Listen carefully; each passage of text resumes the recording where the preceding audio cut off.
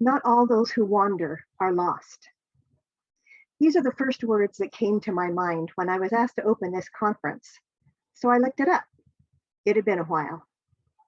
They're from Tolkien's Fellowship of the Ring, and they're often referred to as the Riddle of Strider, the rightful king of Gondor, whose kingdom has been stolen. Here's the riddle. All that is gold does not glitter. Not all those who wander are lost. The old that is strong does not wither. Deep roots are not reached by the frost. From the ashes a fire shall be woken, a light from the shadow shall spring. Renewed shall be blade that was broken. The crownless again shall be king. I find that there's much more in this poem than the part about the wanderer that fits where we find ourselves today, trying to navigate and now recover, restore, and rebuild after a great disruption. We've been through a year of deep tragedy for some, for others, inconvenience, where routine was thrown out the window for most of us in how we work, how we visit with our family and friends, how we interact with the people we live with, or how we live alone. In Rotary, nothing has been the same in how we hold our meetings, our fundraisers, do our projects or our socials. We didn't wander off and lose our way, but we were forced to pause and reconsider how we could do all of those things that were second nature to us. Routine makes things easier. Broken routine takes more concentration and effort to get things done. So we began to wander and explore how we could make things happen. We needed to find new ways to do Rotary. What makes us do that? Why didn't we just pause? Because we have purpose. We have deep resilience born of a deep conviction that what we do matters. The world needs us. People are counting on us. We are people of action. Wandering can be intentional looking, or it can be refreshing ambling that clears our minds and allows fresh perspective and ideas to percolate. We have done both. We rattled and opened many doors. We walked through some, wondering if we'd find help, and some yielded great new ideas, and some we looked into and closed again, and we shared what we discovered. Some clubs engaged well through virtual meetings and events, but some members won't go there. They may be intimidated by it. Some say they just have too many online meetings. We've made efforts to keep everyone engaged, but depending on the size of our club, we may not have been able to concentrate on those efforts while we were dealing with the disruption in our own lives. The line in the poem, "The crownless again shall be king," is a stretch in my analogy.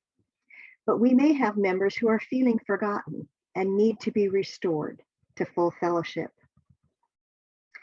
As we see more people vaccinated and hopefully restrictions beginning to lift, what new doors will we wander through to re-engage and reconnect with those who have not participated fully, or maybe not at all?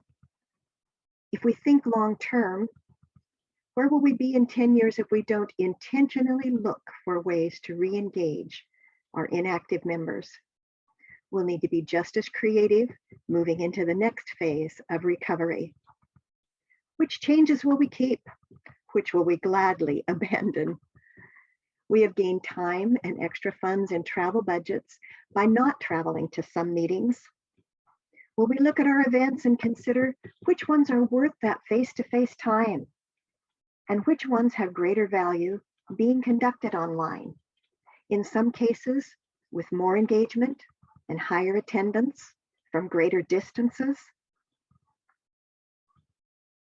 Last year also brought our attention to things that we may not have been paying attention to or have been taking for granted.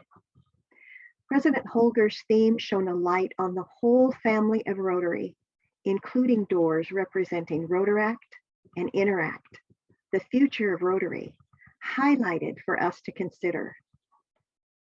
Rotary has always been a global network, welcoming and uniting people of goodwill and a desire to make a difference in our communities.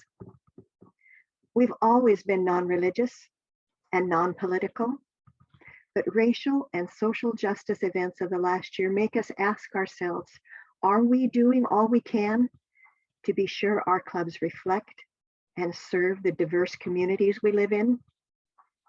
Are we making Rotary available and easy for like-minded people to participate in service above self? Looking within ourselves, do our actions reflect the object of Rotary and the four-way test? These doors have been open for us for a very long time, but we have realized we need to be much more intentional wandering through them. The needs brought on by the pandemic, political and social unrest, and wildfires will not go away overnight. Our service is needed now more than ever.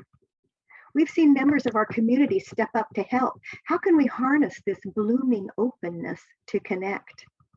How will we show them our door is open and give them the opportunity to continue to serve with us? Can't help but think about that diverse fellowship in Tolkien's story.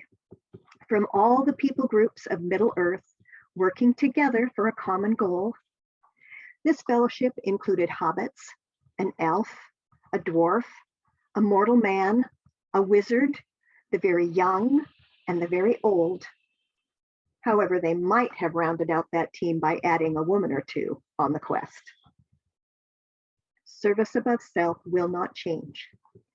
The objects of Rotary will not change. The four-way test will not change.